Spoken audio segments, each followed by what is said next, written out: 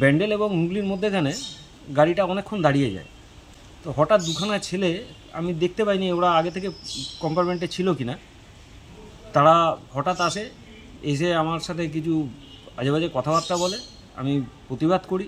ঠাকুর দেখে ফেরার পথে রাতে জগদ্ধাত্রী স্পেশাল ট্রেনে ছিনতাইয়ের ঘটনা, বাধা দেওয়ায় যাত্রীকে বেধড়ক মারধর, ট্রেন থেকে লাফ দিয়ে নেমে চম্পট দুই দুষ্কৃতীর।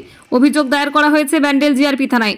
রবিবার রাত 2টো নাগাদ হুগলি এবং ব্যান্ডেল স্টেশনের মাঝে হাওড়া ব্যান্ডেল জগদ্ধাত্রী স্পেশাল লোকালে ছিনতাই হয়। চন্দননগরে নবমীর রাতে ঠাকুর দেখে স্পেশাল ট্রেনে বাড়ি ফিরছিলেন ব্যান্ডেল সাহেববাগান এলাকার বাসিন্দা নীলাঞ্জন দে।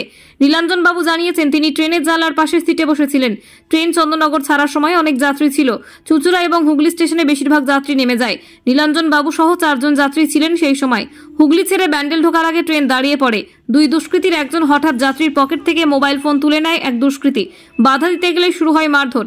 এক দুষ্কৃতীকে ধরে ফেলে নীলাঞ্জন বাবু। তখন আরেক দুষ্কৃতী নীলাঞ্জন বাবুকে হুমকি দিয়ে বলে, ব্যান্ডেল বলে তাকে ছেড়ে দিল, কোন্নগর হলে ট্রেন থেকে নামিয়ে নিত। কোমরে লাথি খেয়ে পড়ে যান যাত্রী। শব্দ পেয়ে ওই কামরার শেষ প্রান্তে বসে থাকা 3 যাত্রী সেদিকে আসতেই ট্রেন থেকে লাফিয়ে নেমে চম্পট দেয় দুষ্কৃতীরা। লাফিয়ে নামার সময় যাত্রীর রূপোর আংটি নিয়ে যায়। ট্রেন ব্যান্ডেলে পৌঁছানোর পর ব্যান্ডেল জিআরপি থানায় লিখিত অভিযোগ দায়ের করেন যাত্রী। জগদ্ধাত্রী স্পেশাল ট্রেন দর্শনার্থীদের প্রতিমা দর্শনের জন্য প্রতি বছরই দিয়ে থাকে রেল। সেই ট্রেনে যাত্রী নিরাপত্তার জন্য জিআরপি বা আরপিএফ ছিল না বলে অভিযোগ।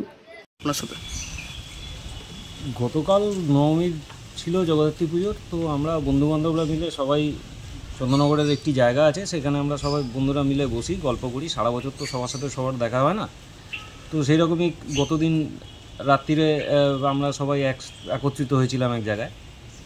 তো হওয়ার পরে গল্প করতে করতে রাত্রি হয়ে যায়। তো একটার সময় হাওড়া থেকে একটা স্পেশাল ট্রেন দিয়েছে, পুজো স্পেশাল। আমি সেই ট্রেনটা ধরে চন্দননগর থেকে ফিরি। তো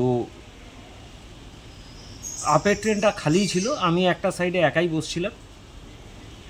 ব্যান্ডেল এবং হুগলির মধ্যেখানে গাড়িটা অনেকক্ষণ দাঁড়িয়ে যায়। তো হঠাৎ দুখানা ছেলে, আমি দেখতে পাইনি ওরা আগে থেকে কম্পার্টমেন্টে ছিল কি না, তারা হঠাৎ আসে, এসে আমার সাথে কিছু আজে বাজে কথাবার্তা বলে।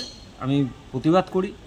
কোনো সুরক্ষাকর্মী এত রাত্রিরের গাড়িতে ছিল না, এবং যে জায়গাটাতে গাড়িটাকে দাঁড় করানো হয়েছে বা দাঁড় করানো হয় মাঝে মাঝে, সেই জায়গাটাতে দুষ্কৃতকারীদের প্রচুর আনাগোনা আছে, এবং মাঝে মাঝেই শোনা যায় যে কিছু জিনিসপত্র নিয়ে ছিনিয়ে তারা বেরিয়ে চলে যায়। তো এটা আমি শুনেছিলাম এতদিন। গত রাত্রিরে আমি তার সম্মুখীন হলাম। আমি তাদেরকে ধরাতে, দুজন ছিল তাদের মধ্যে একজনকে ধরাতে আমাকে আরেকজন যে ছিল সে মানে আমার মোবাইলটা তোলবার পরে ধস্তাধস্তি শুরু হয়। তো আমাকে একখানা ঘুষি মারে, আমার এখানে কপালে এখানটা ফেটে যায়, ফুলে যায়। তারপরে যখন ছাড়ছি না, তখন আমাকে পিছন দিক থেকে গিয়ে সিটের ওপর দিয়ে গিয়ে পিছন দিক থেকে গিয়ে আমার কোমরে লাথি মারা হয়। যখন সেটা লাগে, তো সেই লাগার পরে আমি তাকে ছেড়ে দিই। সেই ছেড়ে দেওয়ার সাথে সাথেই তারা কম্পার্টমেন্ট থেকে লাফ মেরে রেল লাইন দিয়ে অন্ধকারের ভিতরে কোথাও চলে যায়। তখন ট্রেনটা কি দাঁড়িয়ে ছিল? ট্রেনটা তখন দাঁড়িয়েই ছিল। আমি তারপরে তারও মিনিট 5 পরে ট্রেনটা ছাড়ে। ট্রেনটা ছাড়বার পরে ওই একটি জায়গায় আছে যেখানে একটা আরপিএফ পোস্ট বা কিছু পার্সোনাল থাকেন সেখানে। আমি তাদের চিৎকার করে বলি যে ওখান থেকে আমার মোবাইলটা ছিনিয়ে নিয়ে চলে যায়।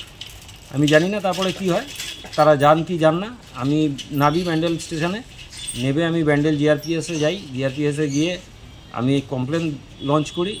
কমপ্লেন লঞ্চ করবার পরে ওনারা আমাকে একটা রিসিভ কপি দিয়েছেন যে এটা ওনারা চেষ্টা করবেন। এখন দেখা যায়। আপনার কি নিয়ে গেছে?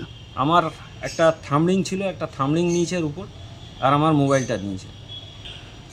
এই তো চন্দননগরে যে উৎসব জগদ্ধাত্রী পুজো, তো এখানে লাখো লাখো মানুষের সমাগম হয়। স্টেশন, মানকুণ্ডু স্টেশন, এই স্টেশনগুলোতে দেখেছি প্রচুর পুলিশের ব্যবস্থা করা হয়েছে, বা চন্দননগরের ভেতরেও দেখেছি প্রচুর পুলিশের ব্যবস্থা করা হয়েছে।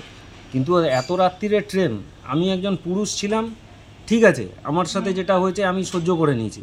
এই জায়গায় যদি কোনো মহিলা থাকতেন বা কোনো ফ্যামিলি যদি ফিরতেন, যদি তাদের সাথে ঘটনাটা ঘটতো, তাহলে আজকে প্রশাসন কী জবাব দিত? যাত্রী নিরাপত্তা নিয়ে একটা প্রশ্ন তো থেকেই যাচ্ছে। হয়তো এবার এই কথাটা বলবার পরে রেল হয়তো বলতে পারে আমরা সব গাড়িতে কী করে দেবো, সব কম্পার্টমেন্টে কী করে দেবো, কিন্তু যেহেতু এগুলো বিশেষ বিশেষ সময়, এবং তারাও দেখতে পান যে প্রচুর মহিলা, তারাও রাত্রিবেলা করেই তারা ঠাকুর দেখতে বেরোন, তারা ফেরেন, তো তাদের তো একটা সিকিউরিটির একটা ব্যাপার আছেই। তো তো সেই সিকিউরিটিটার দিকে রেলকে নজর দিতে হবে, বা রেলের যারা আছে জিআরপি বা আরপিএফ তাদেরও ব্যাপারটা নজরে রাখা উচিত, যে যাতে আগামী দিনে এরকম ঘটনাগুলো না ঘটে। আপনার নাম? আমার নাম হচ্ছে নীলাঞ্জন দে। রয়েছে আরও খবর, আর এই খবরের আপডেট পেতে আপনারা সাবস্ক্রাইব করুন এই চ্যানেলটিকে।